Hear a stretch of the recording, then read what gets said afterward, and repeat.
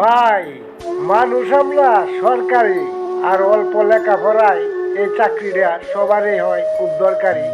অল্প একটু দেরি হলে শুনতে হয় বড় স্যারেদের জারি। কি আর করবো, থাকতে পারবো না, ঝড় তুফান আসলেও আমরা বাড়ি যেতে হবে যদি করি সেই চাকরি। চাকরিটা হইল গার্মেন্টসের চাকরি। ঠিক আছে, যতই আসুক ঝড় তুফান থাকতে পারবেন না এক মিনিটের জন্য এই বাড়িতে। 8টার সময় পৌঁছাতে হবে সেই চাকরিতে। সেটা ভাই গার্মেন্টসের চাকরি।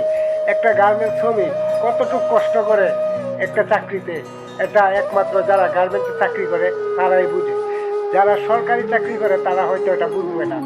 হয়তো অ্যাবসেন্ট করলেও সমস্যা নাই, 10 মিনিট লেট হইলেও সমস্যা নাই, কিন্তু এই চাকরিটাতে 10 মিনিট না 1 মিনিট লেট হইলে যাইতে হইবে জিএম স্যার